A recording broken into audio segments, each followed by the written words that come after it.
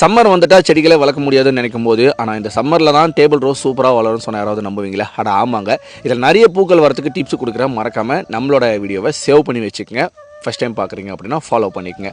பொதுவாக டேபிள் ரோஸை நிறைய பேர் செமி ஷேட் அண்ட் வந்து பார்த்தீங்கன்னா இண்டோரில் வச்சு வளர்க்குற மாதிரி வளர்த்துட்டு இருக்கீங்க. எவ்வளோ சன்லைட் கொடுக்குறீங்களோ அவ்வளோ சூப்பராக வந்து செடிகள் வந்து வளர ஆரம்பிச்சிடும். ஃபுல் சன் எங்களோட வீட்டில் இருக்கக்கூடிய செடிகள் நல்லா க்ரீனிஷாக இல்லாமல் எல்லோயிஷாக இருக்குது தம்பி, ஏதாவது டிப்ஸ் கொடுங்க அப்படின்னா அதுக்கான வீடியோ பதிவு தாங்க இது. பொதுவாக இது NPK ஃபெர்டிலைசரை கொடுத்தீங்க அப்படின்னா செடிகள் எல்லாமே க்ரீனிஷாக வளர ஆரம்பிச்சிடும். 1 கிராமை 1 லிட்டர் தண்ணியில் மிக்ஸ் பண்ணி செடிகளுக்கு ஊற்றி விடலாம், இல்லை அப்படின்னா மேலே ஸ்ப்ரே பண்ணலாம். இதை டேபிள் ரோஸ்க்கு மட்டும் தான் கொடுக்கணுமா அப்படின்னா எல்லா செடிகளுக்குமே கொடுங்க. எந்த செடிகள்லாம் நல்லா எல்லோயிஷாக இருக்கிற மாதிரி இருக்கோ அது எல்லாமே க்ரீனிஷாக சேஞ்ச் ஆக ஆரம்பிச்சிடும்.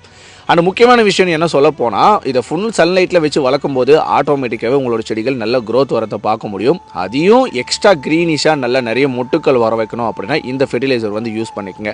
இதை யூஸ் பண்ண ஒரே 10 நாளில் உங்களோட செடிகளில் ஒரு சூப்பரான ரிசல்ட்டை வந்து பார்க்க முடியும். எங்கள் வீட்டில் வெள்ளைப்பூச்சி அடிச்சிட்டு இருக்கு, மீலி பக்ஸ் இருக்குது அப்படின்னா அப்படியே பாட்டோட தூக்கி போட்டுட்டு ஒரு 4 கட்டிங்ஸ் எடுத்துகிட்டு வந்து வளர்க்க ஆரம்பிச்சிருங்க. ரெக்கவர் பண்ணுறதை விட புதுசாக வளர்க்குற செடிகள் வேகமாக வளர ஆரம்பிச்சிடும். கண்டிப்பாக நீங்கள் உங்களோட வீட்டில் இந்த சம்மருக்கு டேபிள் ரோஸை வந்து ட்ரை பண்ணி பாருங்கள். ஒரு சூப்பரான ரிசல்ட்டை பார்க்க முடியும். யாரெல்லாம் நான் டேபிள் ரோஸ் இவ்வளோ நாள் பூக்காமல் இருந்தது, நீங்கள் சொல்கிற டிப்ஸை வச்சு நல்லா பூத்துச்சுப்பா அப்படின்னு யாராவது இருந்தீங்க அப்படின்னா மென்ஷன் பண்ணிவிட்டு போங்க.